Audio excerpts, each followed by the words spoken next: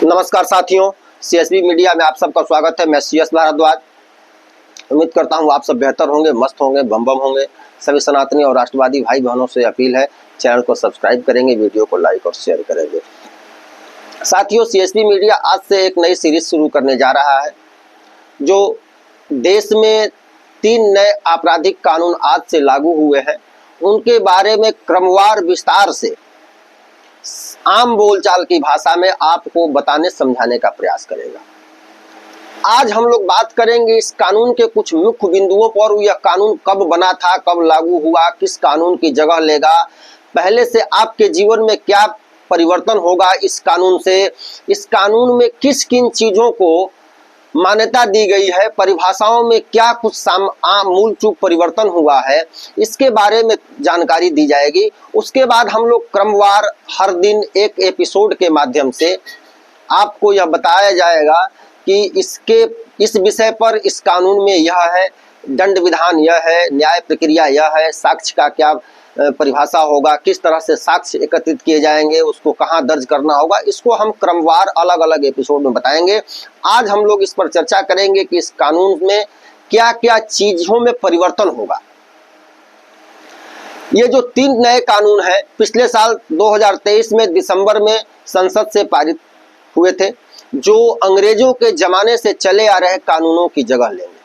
क्योंकि हमारे देश में इससे पहले, आज से पहले अंग्रेजों के बनाए हुए भारतीय दंड संहिता, दंड प्रक्रिया संहिता और इंडियन एविडेंस एक्ट, जिसे हम सीआरपीसी, आईपीसी, सीआरपीसी और इंडियन एविडेंस एक्ट के नाम से जानते थे, उसकी ये जगह लेंगे। तीनों जो कानून हैं, भारतीय न्याय संहिता, भारतीय नागरिक सुरक्षा संहिता और भारतीय साक्ष्य अधिनियम, ये इसकी जगह आज से ले लिए हैं और ये कानून आज से लागू हो गए हैं। हमारी जिंदगी में बढ़ते तकनीकी के इस्तेमाल को देखते हुए सरकार ने भी ज्यादातर कानूनी प्रक्रियाओं को डिजिटलाइज करने का प्रावधान इन कानूनों में किया है। संसद में चर्चा के दौरान सरकार ने इन बातों का उल्लेख किया था कि सभी डिजिटलाइज प्रक्रिया जो भी संभव होगा उसको हम कानून में लाएंगे और उसको मान्यता दी जा रही है, दे दी गई है। आइए हम जानते हैं कि आखिर 3 नए आपराधिक कानून क्या है, इन कानूनों को तकनीकी से कैसे जोड़ा गया है, नई कानून प्रणाली किस तरह से डिजिटलाइज की गई है। पहले जानते हैं 3 नए आपराधिक कानून है क्या। 1 जुलाई से लागू ये 3 आपराधिक कानून भारतीय न्याय संहिता, भारतीय नागरिक सुरक्षा संहिता और भारतीय साक्ष्य अधिनियम, क्रमशः अंग्रेजों के कानून भारतीय दंड संहिता, आपराधिक प्रक्रिया संहिता और इंडियन एविडेंस एक्ट की जगह लेंगे, जिसे पिछले साल 2023 में 20 दिसंबर को लोकसभा से, 21 दिसंबर 2023 को राज्यसभा से पारित हुए थे और 25 दिसंबर 2023 को राष्ट्रपति ने तीनों विधेयकों को अपनी मंजूरी दी थी। वही 24 फरवरी 2024 को केंद्र सरकार ने अधिसूचना जारी की थी कि 1 जुलाई 2024 से ये जो तीनों नए कानून बने हैं ये इस देश में लागू हो जाएंगे। यह अधिसूचना फरवरी में ही 24 फरवरी को ही जारी कर दी गई थी और आज से यह कानून लागू हो गया। कानून में तकनीकी को कैसे जोड़ा गया है, दस्तावेज और डिजिटल रिकॉर्ड भी शामिल इसमें किए गए हैं, इसको किस तरह से परिभाषित किया गया है, इस पर थोड़ा सा हम लोग जानकारी ले लें। इन कानूनों में अत्याधुनिक तकनीकों को शामिल किया गया है। दस्तावेज की परिभाषा का विस्तार किया गया है। इलेक्ट्रॉनिक या digital records, email, server, launch, computer, smartphone, laptop, SMS, website, location, साक्ष्य, डिवाइस पर उपलब्ध मेल और मैसेज को कानूनी वैधता दे दी गई है। आपके फोन पर अगर मैसेज है, ईमेल है, चाहे जिस तरह की भी जानकारी है, जो भी है, उसको कानूनी मान्यता दे दी गई है। आप वह साक्ष्य के रूप में काम आएगा, वह कानूनी रूप से मान्य होगा। हम जानते हैं कि कानूनी प्रक्रिया में वीडियो कॉन्फ्रेंसिंग और वीडियोग्राफी का विस्तार कैसे किया गया है, इस पर थोड़ा सा हम लोग चर्चा कर लें। एफआईआर से केस डायरी से चार्जशीट और चार्जशीट से जजमेंट तक की सारी प्रक्रिया को डिजिटलाइज करने का प्रावधान इस कानून में कर दिया गया है। अभी सिर्फ आरोपियों की पेशी वीडियो कॉन्फ्रेंसिंग से हो सकती थी, लेकिन अब पूरा ट्रायल, क्रॉस क्वेश्चन सहित सब कुछ वीडियो कॉन्फ्रेंसिंग से होगा। शिकायतकर्ता और गवाहों का परीक्षण, जांच पड़ताल और मुकदमों में साक्ष्यों की रिकॉर्डिंग और उच्च न्यायालय के मुकदमे और पूरी अपीलीय कार्यवाही भी अब डिजिटल संभव होगी। केंद्र सरकार ने जो बताया है कि नेशनल फॉरेंसिक साइंस यूनिवर्सिटी और इस विषय के देश भर के जो विद्वान हैं और तकनीकी एक्सपर्ट जो हैं, उन सबके साथ चर्चा करके इसे बनाया गया है। सर्च, आप कहीं छापेमारी करने गए या जब्ती करने गए हैं तो उस समय की वीडियो रिकॉर्डिंग बिल्कुल आवश्यक करनी है पुलिस अधिकारी को। अगर वह ऐसा नहीं करते हैं तो बिना वीडियो रिकॉर्डिंग के, बिना ऐसी रिकॉर्डिंग के आपकी चार्जशीट वैध नहीं होगी। इसका फायदा यह होगा कि निर्दोष आदमी को नहीं फंसाया जा सकता। इससे आम जनमानस को यह फायदा होगा। फॉरेंसिक साइंस का अधिकतम इस्तेमाल किया जाएगा। केंद्रीय गृह मंत्री ने सदन में कहा था कि आजादी के 75 सालों के बाद भी हमारा दोष सिद्धि का प्रमाण बहुत कम है, इसलिए फॉरेंसिक साइंस को हमने बढ़ावा देने का काम किया है। सरकार ने नेशनल फॉरेंसिक साइंस यूनिवर्सिटी बनाने का निर्णय लिया है। 3 साल के बाद हर साल 33,000 फॉरेंसिक एक्सपर्ट और साइंटिस्ट देश को मिलेंगे। यानी कि एक यूनिवर्सिटी बनाई गई है, फॉरेंसिक साइंस यूनिवर्सिटी, जिसमें साइंटिस्ट बनाए जाएंगे, फॉरेंसिक एक्सपर्ट तैयार किए जाएंगे जो इस तरह के मामलों का में विशेषज्ञता हासिल किए रहेंगे। एक चीज और इसमें बहुत ही बड़ा बदलाव किया गया है।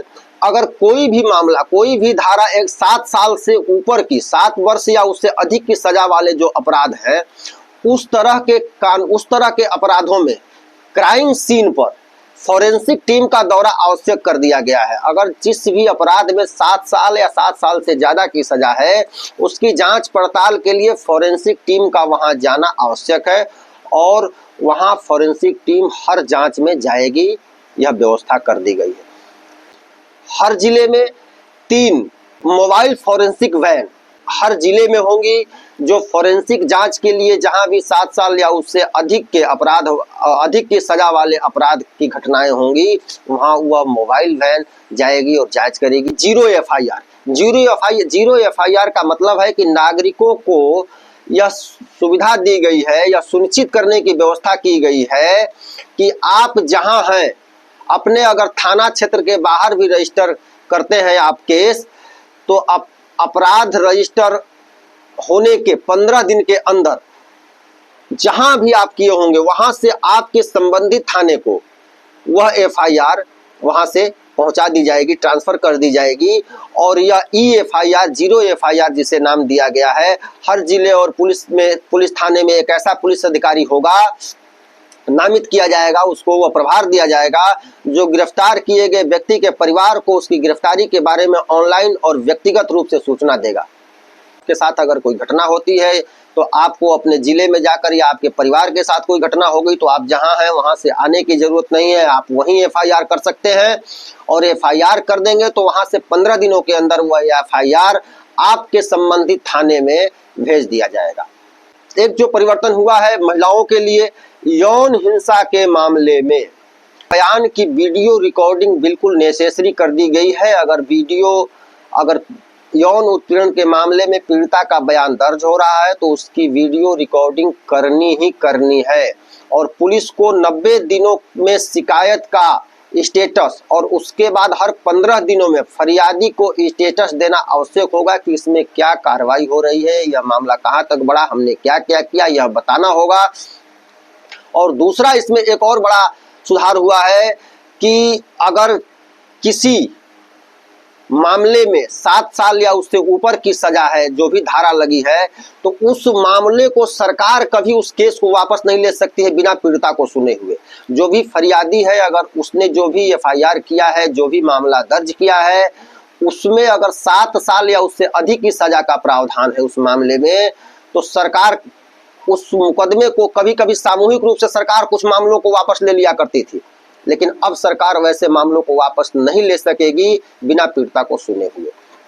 अब हम लोग अंत में एक चीज जान लें कि इसमें सबसे बड़ा जो सुधार किया गया है, जो समय को लेकर, कि सब कुछ का समय बिल्कुल फिक्स कर दिया गया है कि इतने दिनों में आपको जांच करना है, इतने दिनों में चार्जशीट दाखिल कर लेना है, इतने दिनों में सुनवाई कर लेना है और इतने दिनों में सुनवाई के बाद फैसला आपको दे देना है, ऑनलाइन उपलब्ध करा देना है।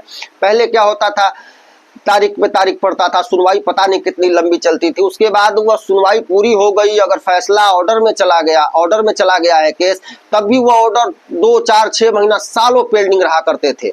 अब ऐसा नहीं होगा। 2027 से पहले देश की सभी अदालतों को कंप्यूटराइज करने का लक्ष्य रखा गया है। नए कानूनों में आरोप पत्र दाखिल करने के लिए 90 दिनों की समय सीमा तय कर दी गई है। किसी विशेष परिस्थिति में अदालत 90 दिन के लिए और इसको बढ़ा सकती है, यानी 180 दिन। 180 दिनों के अंदर किसी भी परिस्थिति में जांच को समाप्त कर देना है, जांच समाप्त कर देना है और ट्रायल के लिए उसे भेज देना है। कोर्ट अब आरोपित व्यक्ति को आरोप तय करने का नोटिस 60 दिनों में देने के लिए बाध्य होंगे,